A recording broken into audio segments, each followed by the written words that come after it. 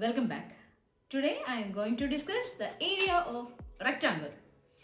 Before that, let's recap the area. The amount of surface enclosed by a closed figure is called its area. This is the area of the figure rectangle. So to find the area of the rectangle, multiply length by its width, that is L into B. The area of rectangle is equal to length into breadth or width. First question is, the length of the rectangle is 6 cm and width is 4 cm. Find the area. Area is equal to length into breadth. Here L is equal to 6 cm and B is equal to 4 cm. So area is equal to 6 into 4, that is equal to 24 cm square or 24 square centimeter. Next question is, the length of the rectangle is 7 cm and width is 5 cm. Find the area. So L is equal to 7 cm, B is equal to 5 cm.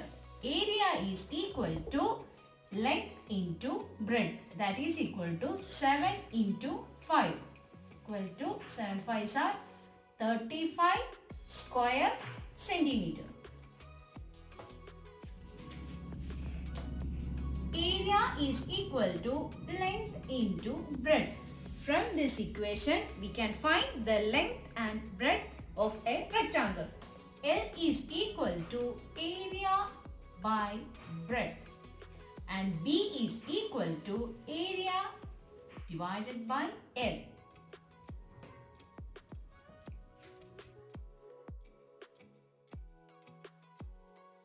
Next, we find the area of square.